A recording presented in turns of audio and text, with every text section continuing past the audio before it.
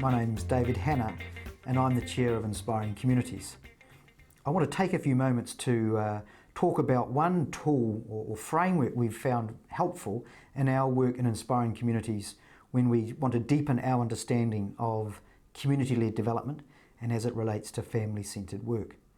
To help us understand the relationship between simple, complicated and complex, let's propose a riddle. So what's the difference between baking a cake, sending a rocket to the moon, or raising a child? Let's take the cake. Usually when we're baking a cake, we have a recipe. We take out the recipe and there we've got a range of instructions and measurements and a certain order that we operate. And generally speaking, if we follow through the recipe as it's outlined, at the end of that we should achieve a relatively successful product, a cake. So in that sense, there's a high degree of certainty and there's a high degree of agreement. I would like a cake when I start and I've got a recipe. So if we use two axes, the bottom axis being certainty and the vertical axis being around agreement, a simple exercise like baking a cake is in that bottom corner next to high certainty and high agreement. What about sending a person to the moon? Well, when Nixon directed the US officials in the early 60s, we want to have a man on the moon by the end of the decade, there was clarity of purpose. There was agreement about what was the goal of this exercise. But having never done that before, lots of uncertainty about what was involved. So we plot it on the axes by having high degrees of uncertainty, but with some clear agreement about what the objective was. And we call that issue complicated. We contrast that again with issues where there's a high degree of certainty, but great variation in terms of agreement. And those issues we can group as political. So for example, I like to use the situation of a budget. A government's got so many $1 million. It has the choice of how it spends that $1 million. It could purchase another Navy frigate, or it could spend that money and build some more hospitals. Now, each of those decisions, it's got high degree of certainty about what they will get for that amount of spend. And yet in the community and in society, a great range of debates and opinions about what is more worthy for the expenditure in that situation. So that's those set of issues we would group and say political. Then if we move out both along those two axes, so we have higher degrees of uncertainty and less agreement, then we get issues which we can define as complex. And the classic example we can say is like that of raising a child. That raising a child, each one is unique, different circumstances from DNA through to community and family dynamics. And that a simple recipe approach may have some value, but that is all some value. And so in that sense, it's complex. Now, if we move further out or along those two axes, so even a greater degree of uncertainty and a greater degree of different views, then we move into the space of chaos. And that's where things are just totally spinning and it's very hard to make sense of what's happening. There's a number of factors that are common around complex issues. To start with, they're difficult to frame. They're evolving and morphing and constantly in a dynamic state. There's multiple root causes, no one simple cause and effect, but a whole interaction of many factors that influence the issue we're studying or experiencing. There's multiple stakeholders, a whole range of people, groups, organisations with interests or engagement in the activity. The issue is like to be emergent. It will be evolving and changing as the situation and the environment changes around it. Each focus or each part of that issue in a different community will be unique. And what happens within one family or one community will not automatically translate to a neighbouring community.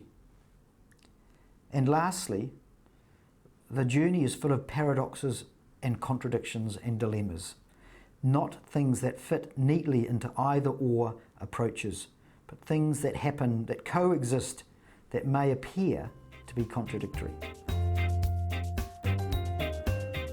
How do we operate with those sorts of dynamics? Or how do we operate in a way that seeks to bring out the best outcome and the best for all the people involved? So for example, for a difficult to frame issue, we need to be okay with good enough framing. Stopping to seek perfection and get the perfect problem definition or critique of a certain issue is potentially going to stall us and not actually move us in the direction we need to go. For multiple root causes, we need to be confident and skilled at working across boundaries.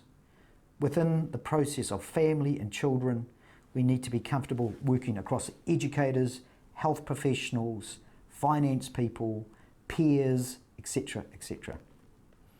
When there's multiple stakeholders, we need to design processes and systems that are highly collaborative and are more flat in nature than hierarchical.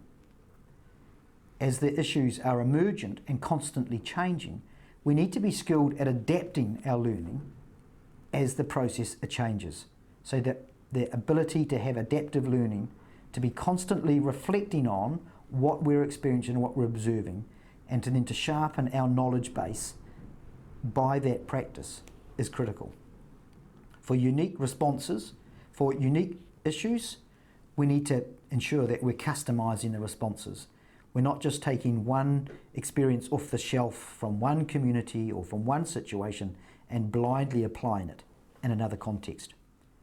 And for paradoxes and dilemmas, we need to be able to cope in a way that's transparent. And I like that transparent coping. That often community development is by nature messy, and if I spend too much time trying to get it all tidy and perfect and fit in neat little boxes, it's going to constantly sort of break out of those. And what I need to be able to do is engage in a way that has confidence that things are evolving and that we're coping with that and we're making that transparent so people can see how things are changing, what the accountabilities are, what the links are across the issue as it unfolds.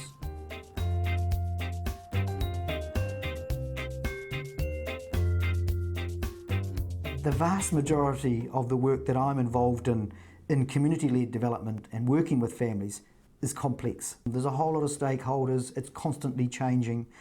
And so therefore, the frustration I experienced when trying to fit that complex activity into neat little boxes that often is part of the relationships when there's a contract or a funding relationship involved. And it gave me a greater appreciation of what I need to do so that the process has integrity.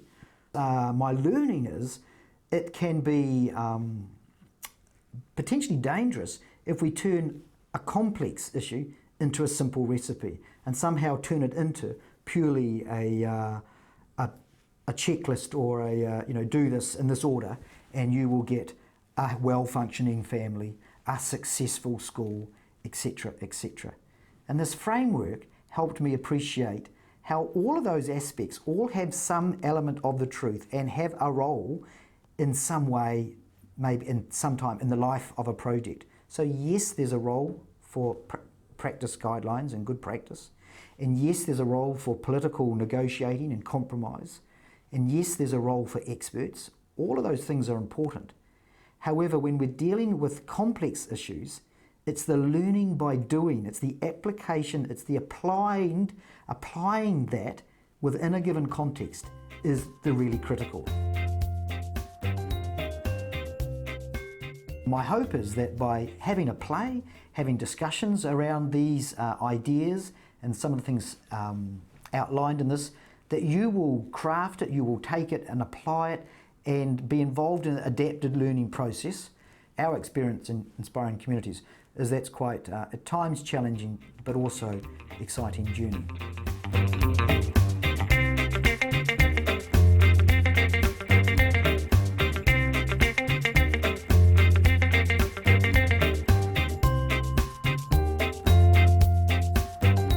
Many of us are familiar with that old plan, act and reflect model.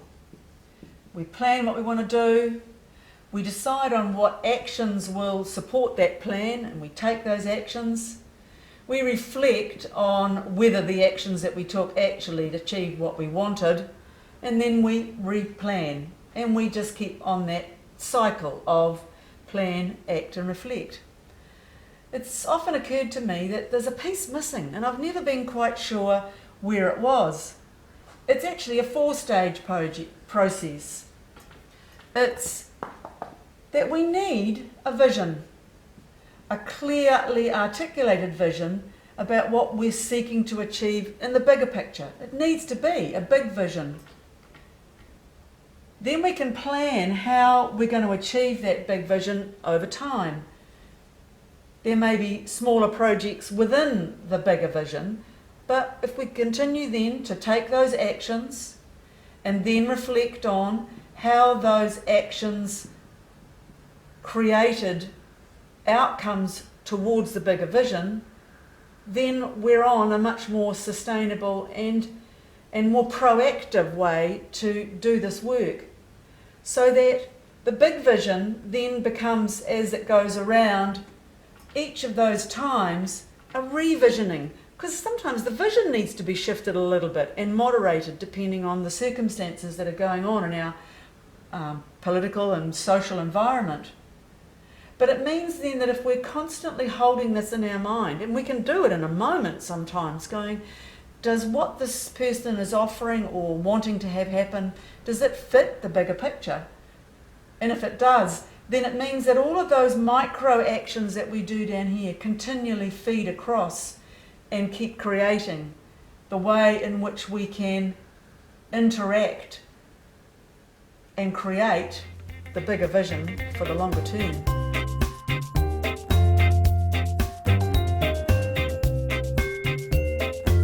This work comes from an article I read which was called Our Social Needs at Work.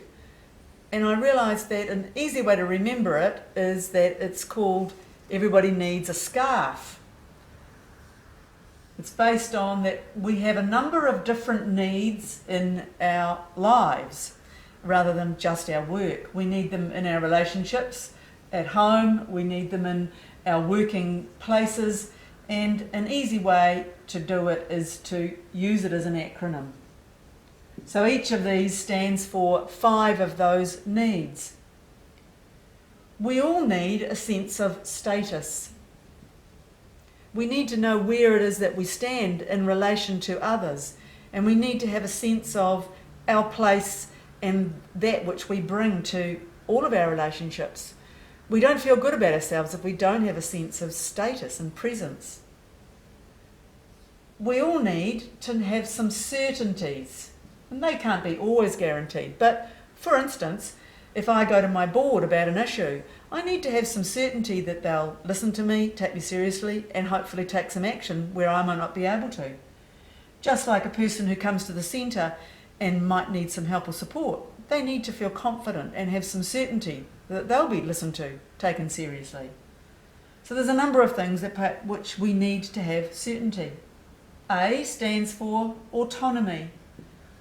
We have a really primary need to feel that we can make decisions for ourselves, that we're self-empowered, that we're able to act independently and make good choices based on what we know, because after all, we're the best experts in our own lives. We need to have a sense of relatedness. We all appreciate that we belong, that we're part of something, and that we are part of a bigger picture. And it's more than just relationships, it's about we have a capacity and a need to be able to relate to one another in equitable ways. And the fifth is about fairness. Right from youngsters, we have an innate sense about what's fair and what's not. And we need to have a fairly high degree of that in all the relationships that we have. So yes, it's all about SCARF, that our primary social needs are about these 5 components that make up a sense of meeting our primary needs in all the relationships that we have. If you're interested in this article, go to the web and look up Managing Your Brain at Work or Social Needs at Work, and you should find the article.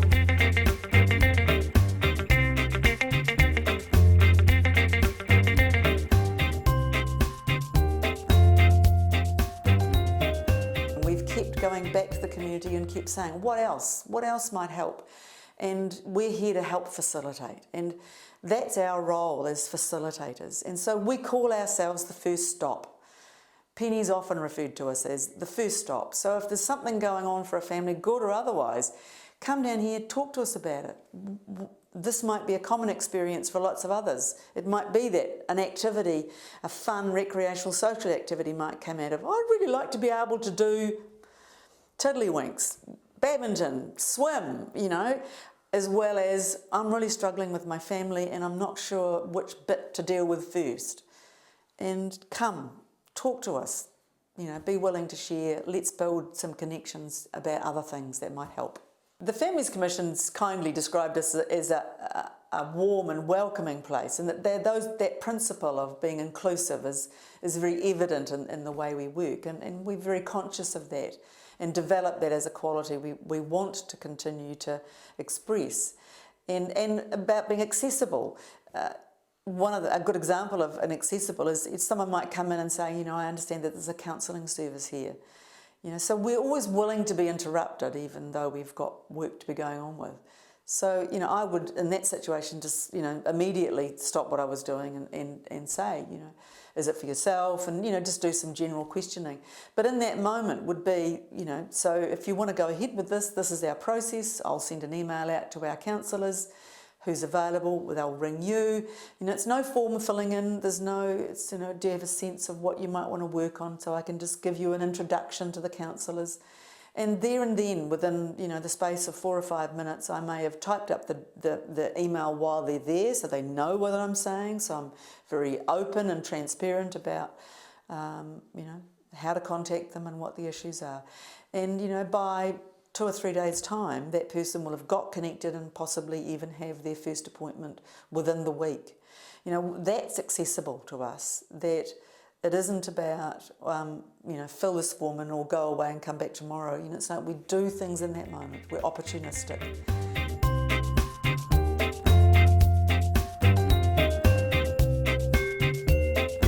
When we look back, it's been over 15 years. There's been lots of barriers, there's been lots of challenges, and then there's phases that have gone quite quickly, and a number of things have happened over a short period.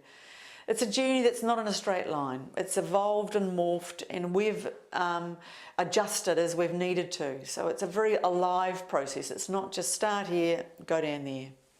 So there's been lots of different phases, some where there's lots of things to do and lots of action that can be taken. Then other times it's like really sit back, reassess, plan. So it's that action reflection process, on and on and on.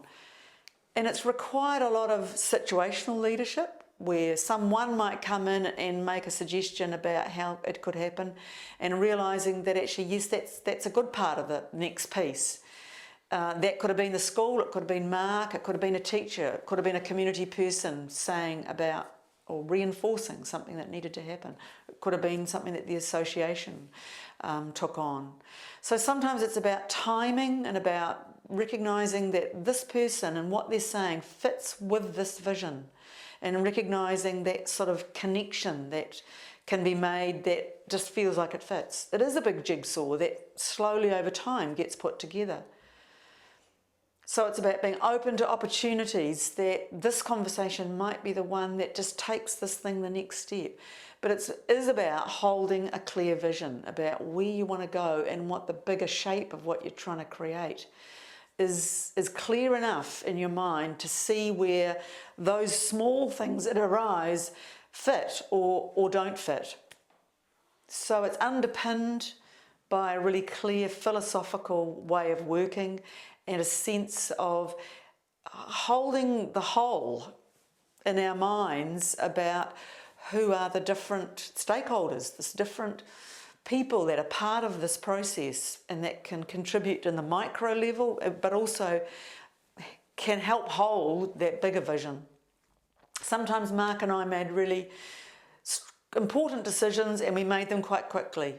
So we took risks, and you've got to have the moral courage and be prepared to sometimes think differently about a situation as a way to see an opportunity or a way through something that could have been a barrier. So Mark was very willing, and I think we've learned over time that the only way to make this work is being willing to share power, which does mean about willing to share resources and time and energy for the greater good. And that each of those small contributions over time is what creates transforming change. We try and live that every day, that those small actions that we take are continually contributing to that bigger vision. And so that we gather people's energy and their enthusiasms as they arise and harness that as best we can as a way of helping us stay energised and supporting the change as it continues to unfold.